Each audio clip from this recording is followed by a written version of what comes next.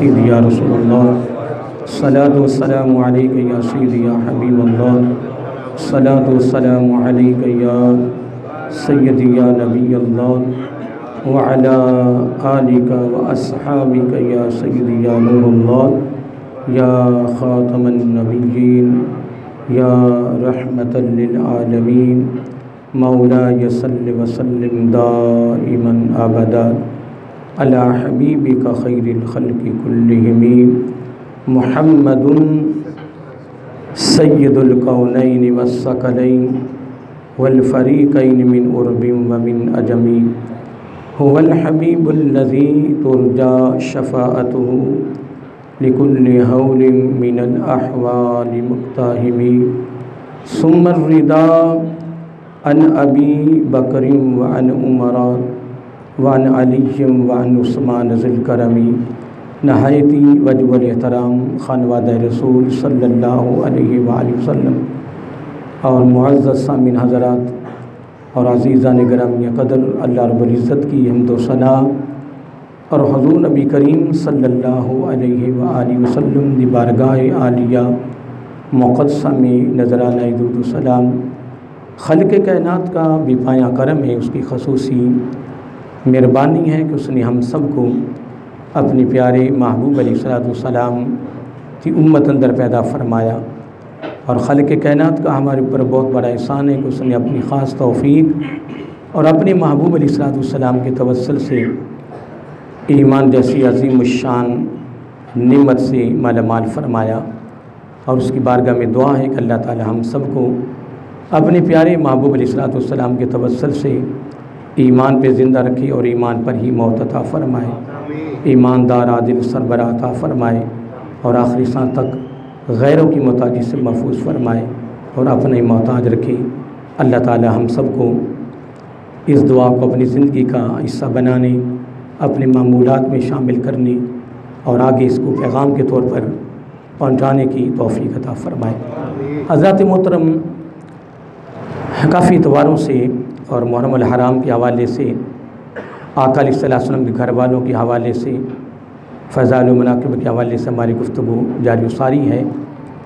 یہ ایک ایسا موضوع ہے جو قیامت تک بھی مکمل نہیں ہو سکتا، لیکن جب بھی کوئی اہل علم کسی موضوع کو شروع کرتا ہے تو بس وہ یہی کہتا ہے کہ بس اصول برکت کے لیے ایک دو باتیں کر رہے ہیں، اور پھر کچھ علماء یہ بھی فرما جاتے ہیں کہ بس حاضری لگوا رہے ہیں کہ ہماری حاضری لگ جائے، اور یقیناً اس میں شک بھی نہیں ہے کہ بے شمار موضوع ہیں، ہزاروں کی تعداد میں ہیں، اور ہر اہل علم اپنے انداز میں اپنی علم کی بساط کے مطابق، اپنی ریسرچ کی بساط کے مطابق ماشاءاللہ گفتگو کرتے آ رہے ہیں، کر رہے ہیں اور کرتے رہیں گے۔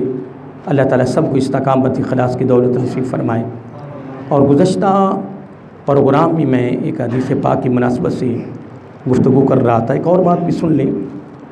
آقا علیہ السلام کے جو قرابتدار ہیں، گھر والے ہیں، خصوصاً ام المومنین حضرت علی شیر خدا حیدر قرار باب مدینۃ الامن رضی اللہ تعالیٰ عنہ، اور آپ کی صاحبزادی اور آپ کے دونوں شہزادے، جن کو ہم پنجتن کے حوالے سے بھی یاد کرتے ہیں، بیان کرتے ہیں، کر رہے ہیں، کرتے رہیں گے انشاءاللہ جب تک ہمارے جسم میں سانس ہے۔ یقیناً اگر ان کی زندگیوں کو دیکھیں، چاہیے تو یہ تھا کہ بھی نبی ہمارے گھر کا ہے، رب ہمارا ہے، قرآن ہمارا ہے، دین ہمارا ہے، سب کو چھوڑ کے بیٹھ جاتے، جس طرح آج ہمارا حال ہے کہ پیر صاحب کے صاحبزادہ کہہ رہے جی میرے پیر صاحب والد صاحب پیر صاحب ہیں جی، بخشے ہوئے ہیں، بخشال ہیں، کچھ کرنے کی ضرورت نہیں ہے۔ اس طرح کی علماء کی اولاد اس طرح کسی اور ڈگر پہ چل پڑی، کوئی ایسا معاملہ نہیں ہے، انہوں نے ایسا نہیں کیا۔ یقیناً آپ ماشاء اللہ صاحب علیہ علم بیٹھے ہیں، آپ مطالعہ کر کے دیکھ لیں، علماء سے پوچھ کے دیکھ لیں، آقا علیہ السلام کی جو قریب ہیں، بہت قربت جن کے میں نے بھی نام لیے ہیں، خدا کی قسم ان کی زندگیاں اٹھا کے دیکھیں، ان کی اداؤں میں سے آقا علیہ السلام کی ادائیں نظر آتی ہیں۔ ان کی اداؤں میں سے کیا؟ ان کی اداؤں میں سے بولیے نبی علیہ السلام کی ادائیں نظر آتی ہیں۔ اب اگر ہم اس پہلو کو لیتے ہیں، اگر ہم اس جہت کو لیتے ہیں تو میرے خیال میں ہم اس کو مکمل نہیں کر سکتے۔ ایک ایک فرد کے بے شمار زندگی کے پہلو ہیں، کسی پہلو کو اٹھا کے دیکھ لیں ایک سمندر بہہ رہا ہے۔ تو میں جو جملہ بولا وہ آپ نے سن لیا ہے کہ ان کی زندگیوں کو اگر دیکھا جائے، ان کی سیرت کو دیکھا جائے، ان کے کردار کو دیکھا جائے، ان کی اداؤں کو دیکھا جائے، ان کی اعمال کو دیکھا جائے، خدا کی قسم انسان دنگ رہ جاتا ہے۔ اب اس پر کچھ تبصرہ کریں گے انشاءاللہ۔ تو میں ایک حدیث کوٹ کر رہا تھا پچھلے پروگرام میں، تو پھر اس میں ایک دو باتیں آگے میں کرتا کرتا کافی آگے چلا گیا۔ میں اس حدیث میں بڑا غور کیا ہے کہ جب آقا علیہ السلام نے فرما دیا ہے کہ لا یؤمن عبد، یعنی کوئی بھی بندہ اس وقت تک ایماندار نہیں ہو سکتا، مومن نہیں ہو سکتا، اس کا ایمان مکمل ہی نہیں ہو سکتا ہے، وہ جتنا بھی دعویٰ کرے۔ اب اس میں آقا علیہ السلام نے یہ بات نہیں کی ہے کہ نمازی ہیں، روزے دار ہیں، تبلیغ کر رہا ہے، عبادت و ریاضت کر رہا ہے، جناب کمال کر رہا ہے، وہ کرنے والا اگر اس کے اندر ایسا معاملہ یعنی ہوا تو کوئی بات نہیں، گزارا ہو جائے گا، نہ کوئی ایسی بات نہیں۔ مثلا جس طرح شہید کے بارے میں آتا ہے کہ جو اللہ کی راہ میں شہید ہو گیا، بات بڑی قابل توجہ، جو اللہ کی راہ میں شہید ہو گیا، شرط یہ کہ اس کی رضا کے لیے، اسلام کی سربلندی کے لیے شہید ہوا۔ اب معاملہ یہ نہیں ہے کہ کوئی ایسی حدیث میں الفاظ ایسے نہیں ہیں یا قرآن میں ایسے الفاظ نہیں ہیں کہ وہ نمازی ہوگا، اہل علم ہوگا، نیک ہوگا، جناب امیر ہوگا تو پھر جناب اگر مرا تو وہ شہید ہے، اگر غریب مرا تو شہید نہیں ہے، عبادت و ریاضت نہ کرنے والا مرے گا تو شہید ہے۔ کوئی ایسا جملہ نہیں ہے۔ جو اللہ کی راہ میں اسلام کی سربلندی کے لیے جس نے جان قربان کر دی ہے وہ شہید ہے۔ وہ کیا ہے؟ وہ شہید ہے۔ اور ادھر بھی یہ فرمایا گیا ہے کہ لا یؤمن عبد، اس وقت تک کوئی بندہ مومن نہیں ہو سکتا، وہ جتنی پروازوں پہ جائے، وہ جتنا وہ اپنی عبادت و ریاضت میں مصروف رہے، لیکن اگلا جملہ بڑا خاص ہے کہ حتی اکون احب الیہ من نفسہ، اگر وہ اپنی جان پر میری جان کو فوقیت نہیں دیتا، وہ جتنی عبادت و ریاضت میں مصروف رہے، وہ کتنے دعوے کرے، اگر اس کے دامن میں اگر وہ اپنے آقا علیہ السلام کی جان کو، آپ ذات کو اپنے پر فوقیت نہیں دے رہا، اپنے سے بہتر نہیں سمجھ رہا، تو وہ کبھی بھی ایماندار نہیں۔ یہ فیصلہ ہے آقا علیہ السلام کی زبان نبوت سے، یہ فیصلہ ہو چکا ہے۔ اب اس کی جتنی تشریح ہے علم میں کر سکتے ہیں، میں تو نہیں کر سکتا، میں تو ذرا سا طالب علم ہوں۔ اور اگلا جملہ کیا فرمایا؟ فرمایا وَأَهْلِ أَحَبَّ إِلَيْهِ مِنْ أَهْلِهِ، اپنے گھر والے، اس کی جو اہل ہے، اس کی جو گھر کی فیملی ہے، اگر وہ ان سے بڑھ کر، اگر آقا علیہ السلام کے گھر والوں سے اگر وہ محبت نہیں کرتا ہے تو لا یؤمن عبد، وہ بندہ مومن نہیں ہے، وہ بندہ مومن نہیں ہے۔ آقا علیہ السلام نے یہ بھی بات واضح کر دی۔ اب دو باتیں ہوئی ہیں، پہلی بات تھی جان کی، بولیے پہلی بات کیا تھی؟ میری طرف توجہ کریں، حدیث پاک چل رہی ہے نا، تو میں ایک عرض کر رہا تھا کہ آقا علیہ السلام نے دو باتوں کا ذکر کیا، پہلے اپنی جان کا، پھر کیا فرمایا؟ گھر والے۔ اتنی بات کرنے کے بعد آگے کیا فرمایا؟ فرمایا وَإِطْرَتِي أَحَبَّ إِلَيْهِ مِنْ إِطْرَتِهِ۔ تیسرا جملہ اولاد کے بارے میں ہو گیا کہ آقا علیہ السلام نے فرمایا وَإِطْرَتِي أَحَبَّ إِلَيْهِ مِنْ إِطْرَتِهِ، اگر وہ اپنی اولاد سے، اگر وہ اپنی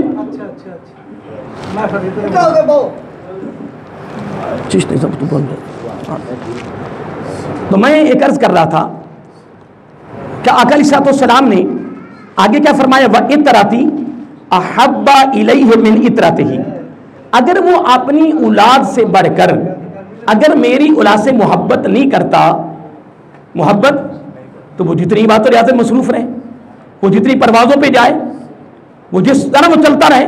آقا علیہ السلام نے یہ فیصلہ کر دیا ہے، زبان نبوت سے جو نکل گیا، یوں سمجھو کہ نبی کا فرمان اللہ کا ہی فرمان ہے۔ وَمَا يَنْطِقُ عَنِ الْهَوَىٰ إِنْ هُوَ إِلَّا وَحْيٌ يُوحَىٰ کے مطابق آقا علیہ السلام کے جو زبان نبوت سے الفاظ نہیں، یوں سمجھو کہ آقا علیہ السلام کا فرمان علی شان وحی خدائی ہے۔ جب ولی کے بارے میں آتا ہے تو اس کا بولنا رب کا بولنا ہو جاتا ہے۔ کیا مطلب؟ کہ وہ اللہ تعالیٰ کی اجازت کے بغیر بولتے ہی نہیں ہے۔ اس کی زبان پر جب بھی کوئی لفظ آئے گا، کوئی جملہ آئے گا، کوئی کلمہ آئے گا، کوئی گفتگو آئے گی تو وہ اللہ تعالیٰ کی رضا کے مطابق ہوگی. آگے ایک بڑی طویل حدیث ہے، یہ حدیث قدسی ہے، صحیح بخاری میں الفاظ موجود ہیں ولی کے بارے میں. میں ایک جملہ درمیان میں سے لے رہا تھا، تو پھر وہ تو میرے آقا علیہ الصلوۃ والسلام ہیں، ان کے اللہ تعالیٰ نے خود فرما دیا ہے. تو جب آقا علیہ السلام نے 3 جملے فرمائے، پہلے جان کا، پھر گھر والے، پھر اس کے بعد اولاد، اور آخر میں جا کر پھر ذکر کر دیا وذاتی احب الی من ذاتہ. پہلے کیا فرمایا تھا؟ حتی اکون احب الی من نفسہ، اور آخر میں درمیان میں گھر والوں کا ذکر، اور آگے کیا ذکر کیا؟ اولاد کا، اور آخر میں جا کر اپنی ذات کو پھر لے آئے. اوپر بھی میں آ کر اپنے آپ کو فرمایا، اور آخر میں جا کر پھر فرمایا وذاتی احب الی من ذاتہ. اللہ اکبر. اگر وہ اب میری ذات کو اپنی ذات پہ اگر فوقیت نہیں دیتا ہے، محبت نہیں کرتا ہے، پیار نہیں کرتا ہے، تو لا یؤمن عبد، اس کا ایمان مکمل کہ وہ ایماندار ہی نہیں ہے. وہ ایماندار ہی جتنا کلمہ پڑھتا رہے تو پھر میدان کربلا میں کیا ہوگا؟ اب ادھر دیکھیں 28 پارے میں اللہ سبحانہ وتعالی فرماتا ہے کہ وما آتاکم الرسول فخذوہ، یہ حکمن فرمایا، وما نہاکم عنہ فانتہوا. آقا علیہ الصلوۃ والسلام کی ذات کے بارے میں کیا فرما رہا ہے کہ جو میرا محبوب تمہیں دے اسے کیا کرنا ہے؟ اس سے لینا ہے. یعنی جو میرا محبوب صلی اللہ علیہ وسلم فرمائے اب اس پہ کیا کرنا ہے؟ عمل کرنا ہے. کیا کرنا ہے؟ اس کو عملی جامہ پہنانا ہے، اس پہ عمل پیرا ہونا ہے، اس کو زندگی میں اپنانا ہے. اور جس سے روک دے اس سے رک جا. اب لینا یعنی بصورت عمل، اور رک جانا، منع ہو جانا، اپنے آپ کو اس سے بچانا، اب یہ ہی کامیابی ہے. اگر اس کے وہ متضاد چل رہا ہے تو کچھ بھی اس کے دامن میں نہیں آئے گا. اب آقا علیہ الصلوۃ والسلام نے کیا فرمایا؟ فرمایا جو سن 7 ہجری کو پائے وہ میرے بیٹے کا ساتھ دے. جو سن 7 ہجری کو پائے وہ کیا کرے؟ وہ میرے بیٹے کا ساتھ دے. یہ لفظ آ رہے وما آتاکم الرسول فخذوہ. تو میدان کربلا میں الٹا ہو گیا کام. تو مقابلے میں کوئی ہندو تھے، سکھ تھے، عیسائی تھے، جو نصارہ تھے، کوئی نہیں تھے. بڑے بڑے ہائی لیول کی عبادت والے تھے، مسلمان ہی تھے. تو نا کیا ہو گیا؟ اللہ کے بندوں، یہ رب کا کرم ہے کہ رب نے ہمیں اس زمانہ میں پیدا کیا ہے، وگرنہ حقیقت ہمارا پاؤں ہی پھسل سکتا تھا.